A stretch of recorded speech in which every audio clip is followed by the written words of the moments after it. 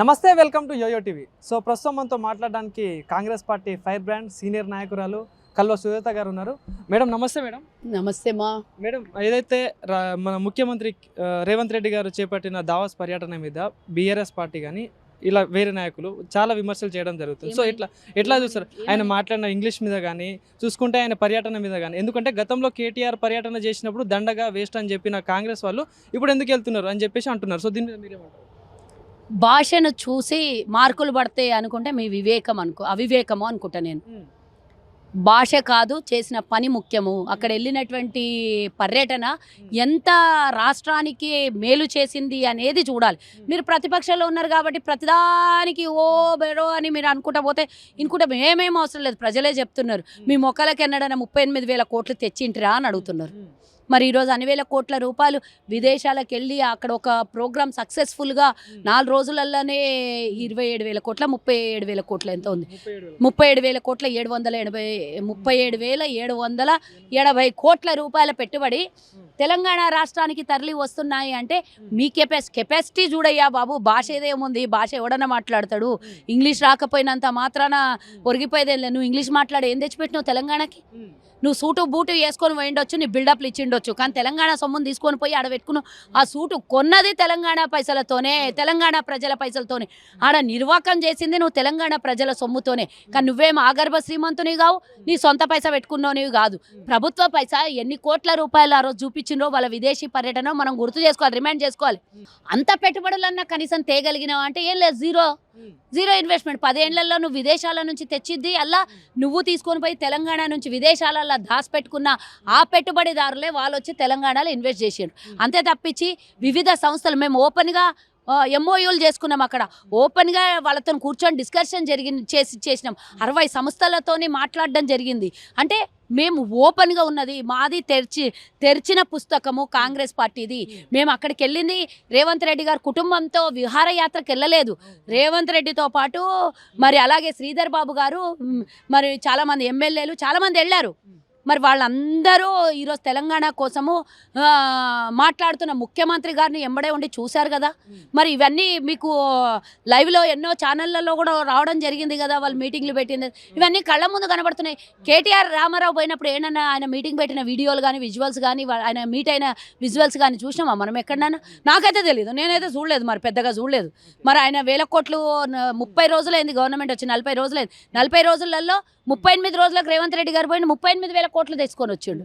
మరి మీరు ఎన్ని రోజులు? ఆల్మోస్ట్ 10 సంవత్సరాలు అంటే 8,000 రోజులు. 8,000 రోజులలో ఏం తెచ్చాను?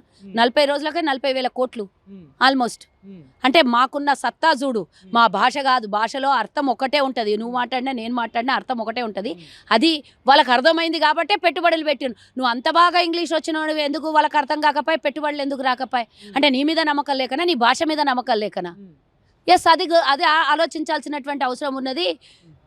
ఇంగ్లీష్ వచ్చినోడే రాష్ట్రాన్ని దేశాన్ని పరిపాలించాలి, విదేశాలకు పోవాలని అంటే గతంలో ఎంతోమంది నాయకులు ఇంగ్లీష్ రానోళ్ళు ఉన్నారు. ఇంగ్లీష్ ఒకటే భాష రావాలన్నా రేవంత్ రెడ్డి గారు తెలుగులో మాట్లాడినప్పుడు నువ్వు కూర్చొని డిబేట్ చేయి రేవంత్ రెడ్డి గారితో. తెలుగు రాష్ట్రమే కదా, ఎప్పుడన్నా ఒకసారి విదేశాలకు పోతారు, కానీ మన రాష్ట్రంలో మనం ఉండి మాట్లాడాలి కదా. రేవంత్ రెడ్డి గారితో కూర్చొని డిబేట్ చేయి, తెలుగులో మాట్లాడు. కానీ మేడం ఇంకోటి చూసుకుంటే ప్రధాని వెనకాల అదాని వెనకాల ప్రధాని ఉందని రాహుల్ గాంధీ గారు పదే చెప్పడం జరిగింది. 500 కంపెనీలు వాళ్ళ వెనకాల ఉన్నాయని చెప్పడం జరిగింది. అలాంటి ఇప్పుడు ప్రధానితోని కానీ అదానితోని ముఖ్యమంత్రి రేవంత్ రెడ్డి కలవడం మీద విమర్శలు కూడా వస్తున్నాయి, ఏది అలయబలయ అని చెప్పేసి. సో మరి దీని మీద మీరేమంటారు? కలవడానికి రకరకాల రూపాలు ఉంటాయి, కలవడానికి రకరకాల కారణాలు ఉంటాయి. ఇక్కడ తీసుకొచ్చి వాళ్ళు డబ్బు పెడుతున్నారు. మన తెలంగాణలో ఉన్న ప్రభుత్వ రంగ సంస్థల్ని వాళ్ళకి అమ్మేస్తలేం మనము. అది ఒక్కసారి ఈ తెలివిలేని దద్దమ్మలకు అర్థం చేసుకోవాలి అని అనుకుంటున్నాను నేను.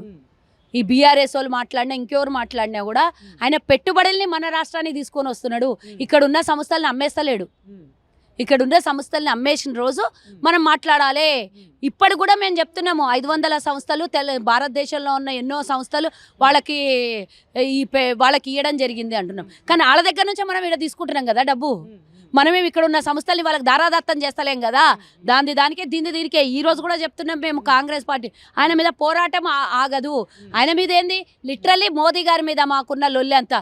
నువ్వు ఇవ్వకపోతే ఆయన ఎందుకు దేశంలో ఉన్నటువంటి సంస్థలను గుంజుకొని పోతాడా? ఒక ప్రభుత్వంలో చేతిలో ఉన్నటువంటి సంస్థల్ని ఎవడు కూడా గుంజుకపోలేడు కదా. మరి ఈరోజు ఎల్ఐసిని ఇంకా రకరకాల సంస్థల్ని, రైల్ని, రోడ్లని, షిప్ యార్డ్లని లేదా స్టీల్ ప్లాంట్లని అన్నీ ఆయనకు అమ్మేస్తున్నాడు. మేము అమ్మేస్తలేము, ఆయన దోచుకున్న సొమ్ముని కాస్త తెలంగాణలో తీసుకొచ్చి పెట్టిస్తున్నాము. మీకు మాకు తేడా అది ఉంది. పోనీ మేం కాకపోతే మీరన్నా తెచ్చి పెట్టేయగలిగినరా? ఓ రూపాయి అదానితోని మేము తిన్నది కొంచెం కక్కిస్తున్నాం ఇక్కడ తెలంగాణలో తీసుకొని వచ్చి. ఎస్, ఇంకోటి చూసుకుంటే 14,000 కోట్లు వాళ్ళు పెడుతున్నారు అని అంటే ఆ పెట్టుబడి తర్వాత ఇక్కడ ఒక రకరకాల సంస్థలు ఏర్పడతాయి. ఆ సంస్థలలో ఎన్ని వందల మందికి ఉద్యోగాలు కల్పించే అవకాశం ఉంటుంది కదా, 100,000 మందికి ఉద్యోగాలు కల్పించే అవకాశం ఉంటుంది. ఆ కడుపు ఉద్యోగస్తుడి కడుపు మేము కొట్టమంటున్నారా? చెప్పండి. మేము చేసింది ఒకటి, అదాన్ని సంపాదించిన డబ్బుని తెలంగాణలో ఇన్వెస్ట్ చేపిస్తున్నాం. రెండవది, నిరుద్యోగ యువతకి మేము ఒక రూపం చేసి వాళ్ళకు ఒక ఉద్యోగాన్ని కల్పించబోతున్నాం. మేము దీని మీద మీరు వ్యతిరేకం అంటే డెఫినెట్గా నిరుద్యోగుల మీద మీరు 10 ఏళ్ళు వ్యతిరేకంగా ఉన్నారు, ఇప్పుడు కూడా వ్యతిరేకమే అంటాం మేము. తెలంగాణ సొమ్ము కూడా ఢిల్లీ పాలవుతుందని కూడా విమర్శలు చేస్తున్నారు పదే. ఏదైతే చూసుకుంటే మొన్న న్యాయయాత్ర చేపట్టిన బస్సు విషయంలో చూసుకున్నా కూడా, ఏదైతే ఈ రైతు బంధు కానీ రుణమాఫీ విషయంలో చూసుకున్నా ఈ సొమ్ము అంతా అటు ఢిల్లీ పాలవుతుందని చెప్పేసి, అంటే వెళ్తుందని చెప్పేసి కూడా విమర్శలు చేస్తున్నారు. అబద్ధాల మాటలు మాట్లాడి ఆధారం లేని మాటలు మాట్లాడితే కంప్లైంట్ ఇస్తాము అని చెప్పండి. వాళ్ళ మీద కంప్లైంట్ ఇస్తాం. మేము పంపించింది ఇక్కడ నుంచి ఒకటే బస్సు, అది కూడా కాంగ్రెస్ పార్టీ వాళ్ళది. కాంగ్రెస్ పార్టీది కాదు, అది వ్యక్తిగతంగా వేరేది. అది వాళ్ళు ఇచ్చుకున్నటువంటి ఆనందము, వాళ్ళు తెలంగాణలో సెంటిమెంట్గా గెలిచినాం కాబట్టి ఆ బస్సును అక్కడ పంపించుంటారు, తెప్పించుకుని ఉంటారు. బట్ దానికే ఈరోజు తెలంగాణలో ఉన్న సొమ్మంతా మేము వచ్చి 40 రోజులు ఆల్రెడీ అప్లపాలయ్యి ఉన్నది. జీతాలు కూడా ఇవ్వలేని పరిస్థితికి తీసుకొచ్చి పెట్టినావు. ఇంకా మళ్ళీ మేము తీసుకొని పోవడం ఏంది? ఆల్రెడీ 1 ఎకరం ఉన్న వాళ్ళకు ఆల్రెడీ రైతు బంధు పడింది. నువ్వు చెప్పినటువంటి 1000 కోట్లు ఏమైనా ఉండింటే మాకు అవి చూపియండి. మేము ఆడికి తీసుకపోడు కాదు, మేము తెలంగాణ ప్రజలకు ఇచ్చిన హామీలకు పూర్తిగా పథకాలకు అకౌంట్లలో ఇస్తాం. మీరు పెట్టిపోయిన డబ్బు ఏమన్నా ఉంటే మాకు అది చూపియండి.